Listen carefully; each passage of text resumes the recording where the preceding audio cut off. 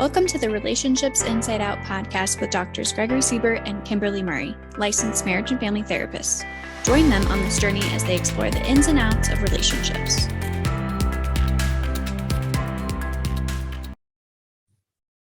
All right. Well, welcome to Relationships Inside Out.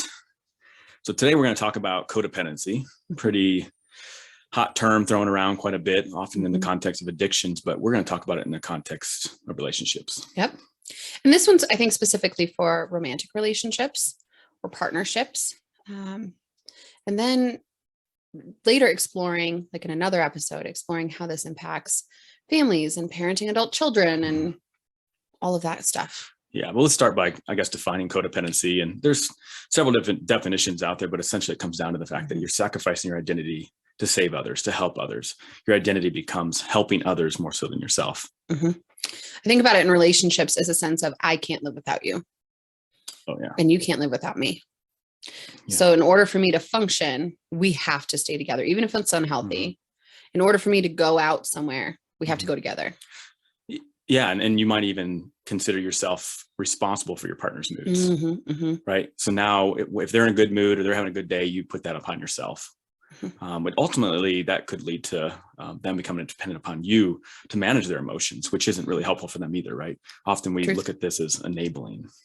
And I think people are most familiar, and you mentioned this at the beginning, with codependency in the context of addictions. And it can be mind-blowing for people that it's not just in addictions. Addictions is just one of the places it's probably most highlighted, but it can look like a dating relationship or a marital partnership where I don't know who I am outside of you and this relationship. Yeah. I have given up my hobbies, my friendships. Maybe I don't leave the house unless you're with me, kind of a deal. And if it's helpful, you can just say you're addicted to the relationship. I mean, if you want to use that term, and it's hard to conceptualize how you move it from addictions to relationship, is you're addicted to relationships, and you just said it with the identity, essentially, is your identity is the relationship. And there's not much of this identity that's independent of that relationship. I think that's what's tricky for people too, is what is the line between codependency and I just love you a lot and I care about you a lot. Like I talk about this with partners and they'll say, no, it just means I love them, or I just really like them. I like being around them. And there's a difference between I enjoy that space and I need that space. Yeah, that's different. Well, and also, are you still prioritizing yourself in that context? That's really the big red flag for me. Is that's great, you're taking care of them. And how often do you spend taking care of yourself? And if not, then often that's that kind of, this is my identity. And there's a lot of guilt, right? I mean, let's look at where this might come from. Typically childhood, growing up in a family where your needs really aren't important. And maybe, like, say, example, a narcissistic parent who, needs a lot of praise. Or maybe you're thrown in a situation where you're the caretaker of the child because your parent's sick, or maybe they're substance use or something like that. And so they've kind of learned this identity of like, other people's needs are more important than mine. And even a sense of like, I don't even know what my needs are. So asking any of us, asking people, what do you enjoy doing? What do you need? And there is some pause, right? Especially as we have jobs or kids of, well, I don't really have time to do anything. But again, there's a difference in, I don't have the time and I've just kind of slid it to the back burner. And I truly don't know who I am outside of this partnership, outside of this relationship. And it's unhealthy. I just want to put it bluntly, right? It's unhealthy to have that dynamic, the enabling and having someone completely dependent upon you controlling their moods and things like that. But when you think about relationship dynamics, we don't have control over other people, right? Codependency almost is like an exertion of control over someone else's moods too. Ooh, good point. Right. But we can never really change anybody or control other people or like our partners. And oftentimes when couples come in, that's really where the dynamic starts before we start working on some of the skills, is they're trying to control the other person. Right. Even the couple that brings in their partner and says, fix my partner, which I hear a lot. I don't know if you hear that a lot. Yeah. You work with a lot of couples, Greg. So how do you see this showing up in your practice or in people you've worked with? So I often see one little key thing that for me personally, I look up is there a pursuer distancer dynamic? And typically I see the codependence as the pursuer, somebody who's like, I need to make sure they're okay. I need to do that. And then depending on how the other partner responds, they might distance, right? Another one is where I see one partner doing everything. There's an imbalance, right? There's no reciprocity. And they'll be like, you'll ask them, okay, what do you guys want to do? Well, whatever my partner, okay, as long as they're happy, I'm okay. Right. And it's really kind of this attempt to just make sure everything's okay. And there's no fights, no arguments as well. Right. That pacifying. Yep. Yeah. How about for you? Ooh, so I work some with individuals and some with couples, and I work a lot with like postpartum, that kind of piece, but it can show up as, especially once baby's born, my whole world is dependent on this baby and my little fam. And we'll talk about that in another episode with codependency and parenting. I mean, it shows up anywhere, right? I don't know who I am outside of this. So I'll ask moms or partners, okay, you're a mom, you're a phenomenal mom. And who else are you? And it takes that moment of like, oh, I'm a mom. But what do you enjoy? What do you like to do outside of parenting? Well, nothing. I go to work and then I come home and that's what I do. And the idea of doing something for myself, taking that bath, going to a running club, whatever it might be, almost feels sinful or totally egregious to do. That I've abandoned my family, even if it's just for an hour. This idea I'm abandoning the people I love. They cannot exist without me there. And it goes back to another episode we talked about with self-care, right? One way to help with codependency is really working on the self-esteem and taking care of yourself and building your identity independent of this relationship. And not totally forget about the relationship, but make sure that there's still a core of you that is not contingent upon or dependent upon this relationship. Like you're more than that and you deserve to take care of yourself. But oftentimes in the codependency dynamics, I see that they don't feel deserving. And again, it's that narrative they potentially grew up with that maybe their needs aren't important, right? That's really kind of, for me at the core, is they're not important enough to take care of themselves. I'll even get clients who, they're going out and cleaning their family's house, doing this, doing that, and they can't even get their own house clean. They're taking care of everyone else's, right? So again, it shows up in a lot of different contexts. So let's talk about some warning signs. How would you know? Because oftentimes when we're in a codependent relationship, we don't even know we're in it until someone points it out, or until that relationship hits such a breaking point that we have to face it. Yeah. I think one big one for me is there's like this need to have to help their partner and make and their mood or what's going on with them is that they're responsible for. They're not okay. I need to take care of it. What can I do for you? And there is a healthy level of like, what are your needs right now? But not like I have to, they're upset because I didn't help them. Right. I also think about it as if I decide to say no to my partner, this sense of guilt or shame. Yes. Can I say no? Can I set a boundary? Can I choose myself sometimes? Or is that considered an attack on the relationship? And it kind of goes into, I think, both what I said just a little bit ago, plus what you're saying now is underneath all that low self-esteem. That's another potential predictor of that, right? Is if you don't feel good enough about yourself, then how can you be deserving? Maybe say more about that.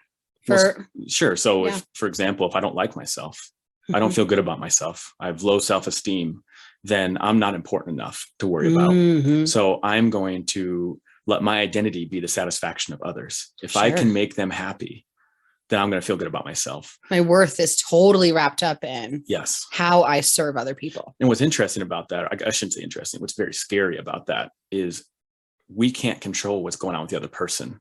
It's too unreliable. And so, and if your self-worth is dependent upon their happiness, that's going, your self-worth is going up and down with their emotions or moods or whatever they're going through. Right. Which that's not fun. There's not really stability in there because it's not reliable enough. And then therefore your self-worth is like up and down. So sure. Another one I think about is loyalty. Can I break from my family? Can I make independent decisions? Or is that considered infringement on our loyalty? Yeah. Does it mean that for relationships, do I have to give up everything in order for the service of my family? Or can I make choices and be supported, even if they don't like it? Yeah. One thing I kind of worry about, kind of came up for me when you talk about loyalty, is when you're in a relationship where the partner kind of exacerbates that other partner's codependency, like they need them so much that it feeds into that codependency. Right. Say more about that. So it's kind of like, I maybe want to take care of myself and the partner guilt trips me for not being loyal. Right. So now it's kind of like, gaslighting me, that's my fault that, this is not showing up as loyalty as the way that we talked about when we first got together, or why it be. So And gaslighting, that's a big one. It's a hot term that is pretty popular right now. Yeah. Essentially, at the core of gaslighting is I come to you with a need, or I come to you with something I'm upset about, and you flip the script and make me feel like absolute shit. Yeah. And all of a sudden, people will talk about with gaslighting. I went from, okay, I'm going to go talk to my partner, I've got this need, to holy shit, it's all my fault. I feel terrible about myself. People describe feeling crazy. And that is really common in codependent relationships. Yeah. Because if my role in the codependent relationship is that I need you and you don't meet my needs, you should feel bad about that. Yeah. Because how else are my needs going to get met? Yeah. If I don't know how to meet them myself. And that's probably conditioned from having that codependent dynamic from the get-go, right? Like what we talked about earlier, it's almost like enabling that partner. And now they've come to the point where they're dependent upon this codependent partner for their moods and regulating their emotions. And typically with couples, it's kind of like help the person who's codependent develop an identity independent of this, and help the one that's kind of now conditioned to rely on their partner for regulation to be more of more efficient and self-soothing themselves. And I think there you bring up an important point too.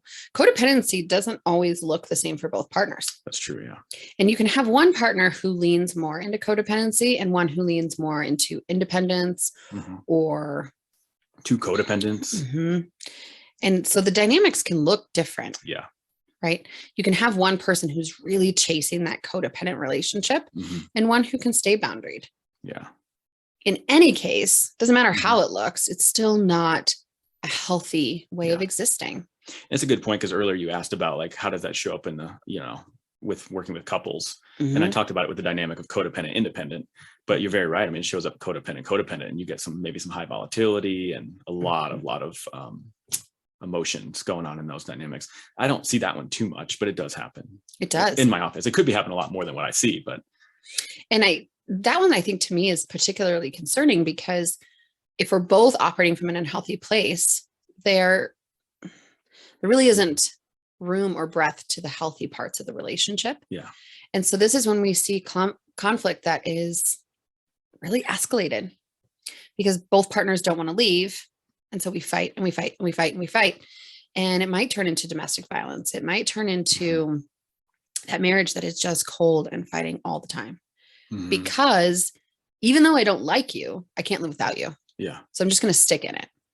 And you kind of bring up abuse, right? I deserve this. Yep. Right. I deserved it because I didn't satisfy their needs. They're going to leave me. Right. And like we said, we're going to talk more about families, but again, you brought this up earlier. This is such a learned behavior.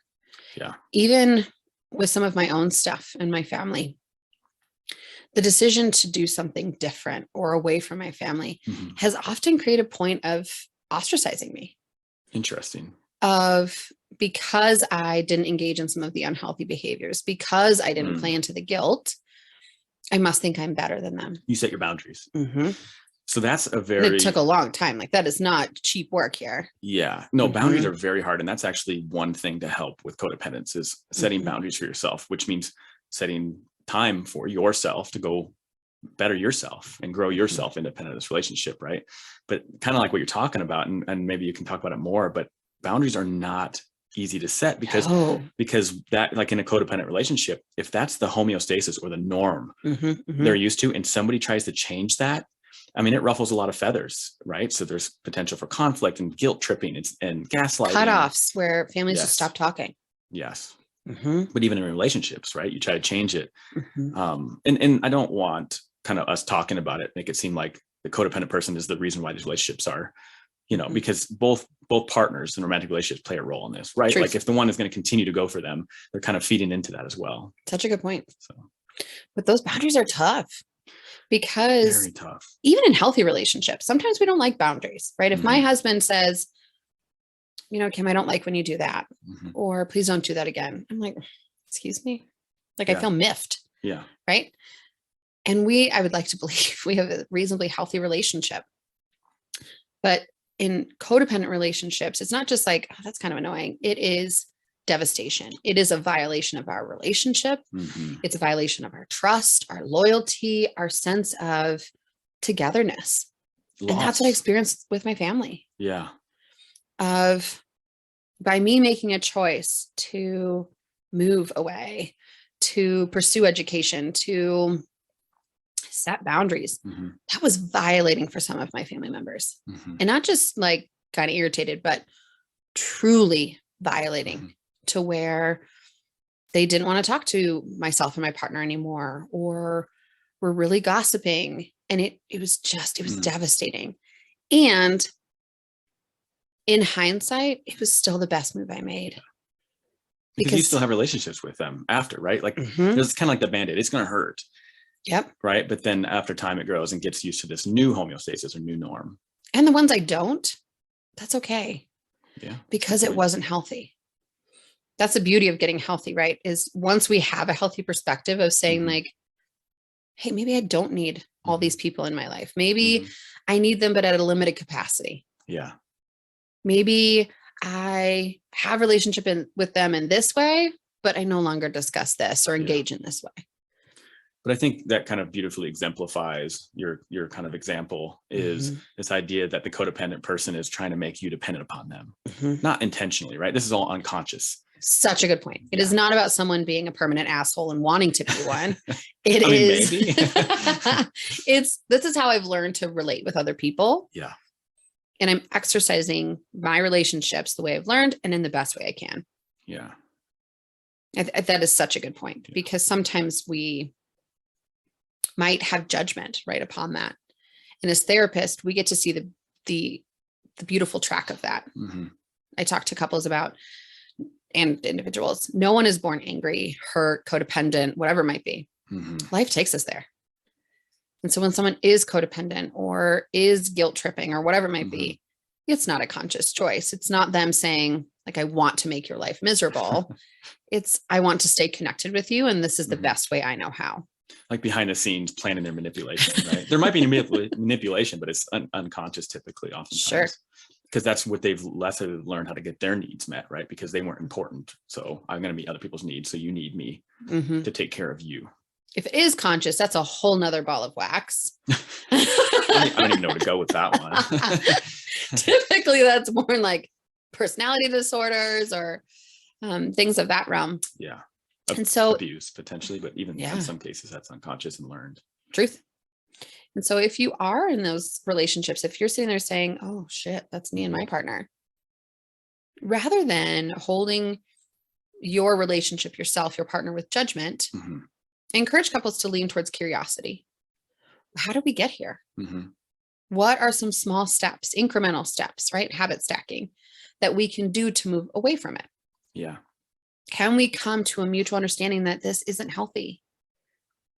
And can I choose health for myself, even if my partner is not on board? Which is really hard. That's a tough one. It's really hard. And that brings in all the questions of, well, is this the relationship for me, right? So is this a dynamic I want to stay in? Because ultimately, if you change yourself, you're changing the dynamics. And maybe those aren't dynamics that you are wanting. But the codependency thing and working towards helping learn healthier behaviors, I think is going to be better in the long run, and having those healthier relationships. So maybe let's even chat a little bit about the difference between healthy and codependent. So if not codependent, what would it look like? How would we know our relationships are healthy? Yeah. I mean, a good one is what you said earlier, and we've been talking about, is you're still able to advocate and assert for your needs in the relationship without fear of upsetting the other person. That would be one. That's one. Being able to have my identity not totally wrapped in my partner. Everything I like, he doesn't have to like. Yes. Everything I do, he doesn't have to join in. That just reminded me of one. It was, it's okay if my partner's upset. Yes. Tolerance of that. Tolerance in the discomfort. Depersonalizing that. That's not my self-worth. They're okay to be upset. They had a rough day, or maybe they didn't like me putting a boundary in place. That's okay. It doesn't mean we retract it. Yeah. Right. And I like when you said that one. I liked when you said earlier, and I'd like, if you're okay explaining how this might play out, but saying no. Ooh, this is a tough one, because if we're used to accommodating someone all of the time, to say no at first, regardless of the other person's reaction, can feel like, oh, what did I just do? Right. And gives us our pause of, who was that bad? I caused this. I feel like a bad person. Yeah. My character is bad.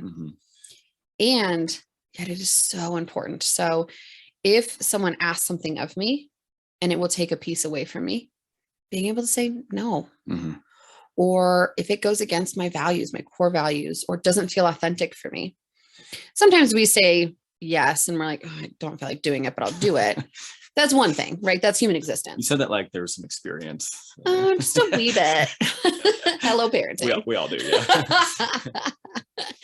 And there's a difference between that of like, I don't really feel like it, and this doesn't feel good for me at all. Yeah. So saying no and having that boundary. And just because someone pushes back on that boundary or gets angry or tells you it's your fault that they use substances, or it's your fault that they're angry, hurt, sad, whatever it might be, that isn't a reason to retract. Yeah. And it isn't your fault. Like, let's just be abundantly clear. We are only responsible for our emotions, our reactions, and our bodies. Yeah. Short of being Jesus, I don't have the power to control someone else's behaviors, actions, reactions, and emotions. And that alone can be mind-blowing for people of, well, I made them feel sad. I made them feel. No one can make anyone feel or do anything, to be really honest. Yeah. Yeah. And it plays well into what I just said earlier about being okay with them being not okay. Yeah. Right. And I've had a couple, like this example as you're talking came up, is if they didn't make a meal for their partner, they were afraid they were going to get upset. Oof. Like that's their responsibility. I don't like to see them upset, right? This codependency on that. Even we talk about, and this kind of borders onto that abusive cycle too, of if my body doesn't look a certain way, if I don't talk a certain way, if I try to just spend time with my friends by myself, that is offensive to my partner, and thus I avoid it. So the opposite might be, okay, I come to my partner and say, hey, I'm thinking about hanging out with my friends. He might be like, well, hey, we have plans. Okay, that's one thing. Or he might be like, dang, I was hoping to hang out with you, and go ahead. That's what healthy looks like. Yeah. Or being able to negotiate of, hey, I want to get together with my friends, or my husband and you are planning a poker night. What day works best? So being able to plan it, but still giving our partner permission to go there. Oh, you mean when if your partner would be like, oh, I was really hoping to, it's okay. It's all right.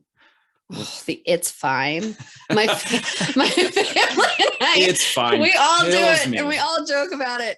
And my sister and I make a joke out of it of, if someone says it's fine, it's not fine. Shit's about to burn down. You run for the hills. No one is fine. If someone says it's fine, shit's gonna burn down because I'm pissed for you saying that, right?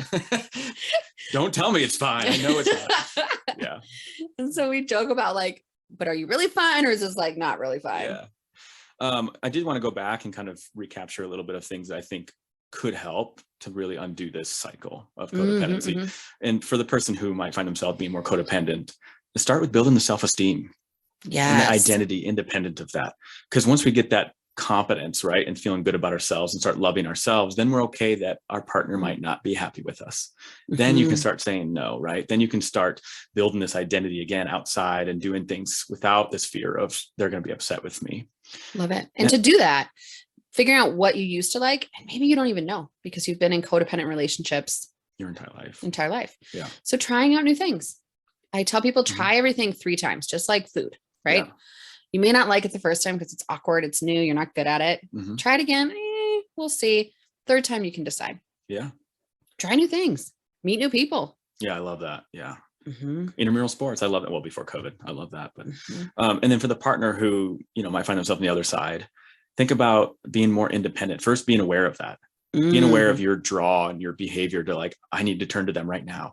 And be like, hold on, how can I self-soothe? So learning how to self-soothe a little bit better and trying to be a little bit more independent in that regulation.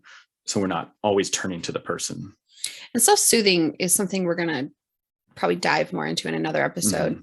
But it also goes back to our previous one of self-care. It goes to learning how to breathe. And I mean, actually breathe, not like this hyperventilating business we do, but deep belly breaths or mindfulness or finding an activity or a distraction that we enjoy. Yes. Interrupting that and trying to figure out how to process it yourself. Like, and not always, right? We don't want this to be like this purist approach of like, never turn to your partner. It's about moderation and making sure that there's intention of, I'm doing this because I want to, and I maybe just need that support right now. Not because I feel guilt and I have to. Yeah. Or the person who's turning to them of like, I can only resolve this because of them. I'll never get out of this. Right. And then part of self-soothing is also, I look at it like, how do you reduce your stress response system, your fight, flight, or freeze? So if you become overwhelmed, you're like, oh my God, I need to my partner, like it's about soothing that. Breathing's a great one. Distractions, right? So leaning to another support person, right? If we're solely dependent on our partner to meet all of our needs, that one can be really tricky. And that's a sign of codependence. If I expect my partner to be my best friend, my lover, my only support when I'm pissed, my children's parent, my handyman, my everything. So you're never leaving the house. Got it. Yeah. Sorry, Chris. Or apartment or wherever. Yeah. If he has to be my everything, he will fail. We will fight and it won't work because no one can be another person's everything and be their own everything. Yeah. It's a good point. So use that as a barometer. If you have a hard time saying like, here's my support network beyond my partner, might be a point to pivot. Might be something different. Point. And it's just bringing that awareness of what's my role. I don't want to facilitate this dependency my partner's needing to kind of manage my emotions. I don't want them to be responsible for that. I mean, just from on the other side of it, it's kind of like, well, that's a lot of stress for this person. Absolutely. Like, I'm not going to be perfect every day. Like if my partner were to be codependent, right? Like that's a lot of stress. You're not? You sure? Yeah. Okay. I'm not, but we'll see. But it's like that idea of just thinking about the role you're playing in that dynamic to not facilitate that further, right? To break that cycle from both sides. Another one of how to make this better, and we've touched on it, but is the boundaries piece. So as we're building up that self-esteem, as we're building up some independence, a way to facilitate that again is that boundary, right? And sometimes the boundary can even look like, I'm too tired to go to the party. Do you want to go? And I'll stay home. And that's okay.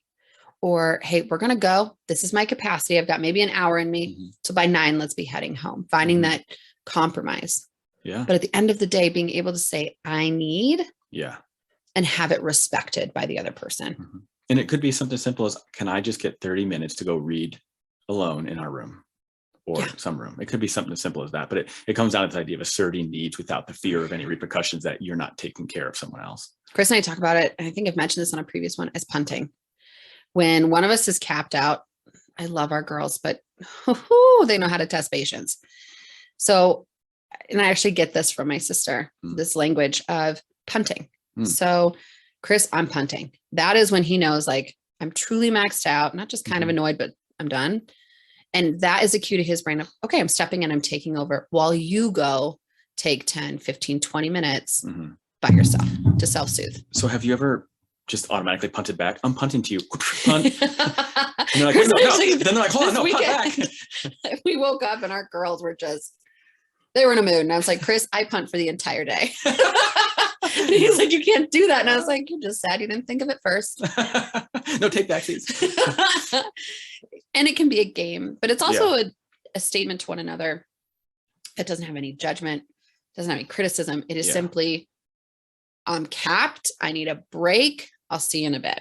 And he meets it with respect, or I do. Yeah. And that's a good example of asserting your needs and being okay with how it might impact your partner and not being, again, dependent or worried about, oh my God, they're going to be upset. Like, I don't want them to be. So I just white knuckle through. Mad at me, and then I'm probably shittier to my kids. I'm shittier to him. Yeah. That's what's so interesting to me about it is that I take care, like just an example, like in the codependent side is I take care of everyone else's needs. And that's so important to my identity.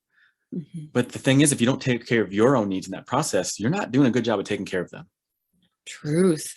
One example we use in the therapy world is if a plane is, if you need oxygen on a plane or a plane's going down, you have to put your mask on first before your child. And parents' inclination mostly is, no, I want to help my child first. But the problem is if you pass out, they can't help you. Yes. You have to help yourself first, because if they pass out, you are still able to help them. Yeah.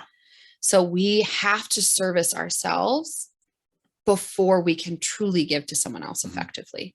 Otherwise, we see burnout. We see We saw that a increased lot in inpatient irritability. psychiatry. Yeah. Depression, anxiety, all of it. Plus, we're not as effective. So we may be giving care to others and we're not doing a good job with it. Yeah. Anything else? I think this is a great talk, a good place to really kind of wrap up, because I think a lot of this is going to go into the parenting, the families. Yeah. But a lot of stuff that we talked on was some of the red flags, right? Some of the things to do to help get out of that, right? But first is just awareness. Awareness and that curiosity. If you find yourself in this position, it's not a time to judge yourself, beat yourself up, and make yourself feel even worse. It's a time to wonder, how did we get here? What the heck do we do about it?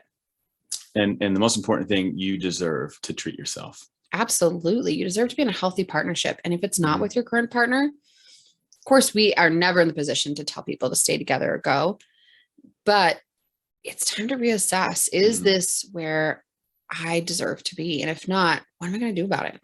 And kind of like one last note is in the master's program, when we were training, is one thing that came up was, is anyone in relationships? Like, I think one of the first day, right? Someone asked that in the faculty, and everyone is like, oh, and they're like, well, as you learn about yourself, you might not be in this at the end of the program, right? And there was a lot of breakups in this as we learn about ourselves and these dynamics. And so I think you bring a great point of just really just being aware and being curious, like, is this for me? And based on who I want to be, as I'm learning my identity, is who I want to be a good match for this dynamic. Like, I love this person, I care about them, but is this long-term and like going to work?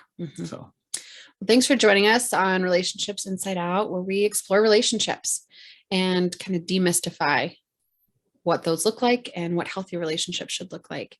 If anyone has any suggestions for topics, feedback, anything, feel free to email us at relationshipsinsideout@gmail.com. And we look forward to that feedback. Next week, we'll be talking about COVID fatigue and how this impacts relationships and how difficult this pandemic has been. So we thank you all for joining.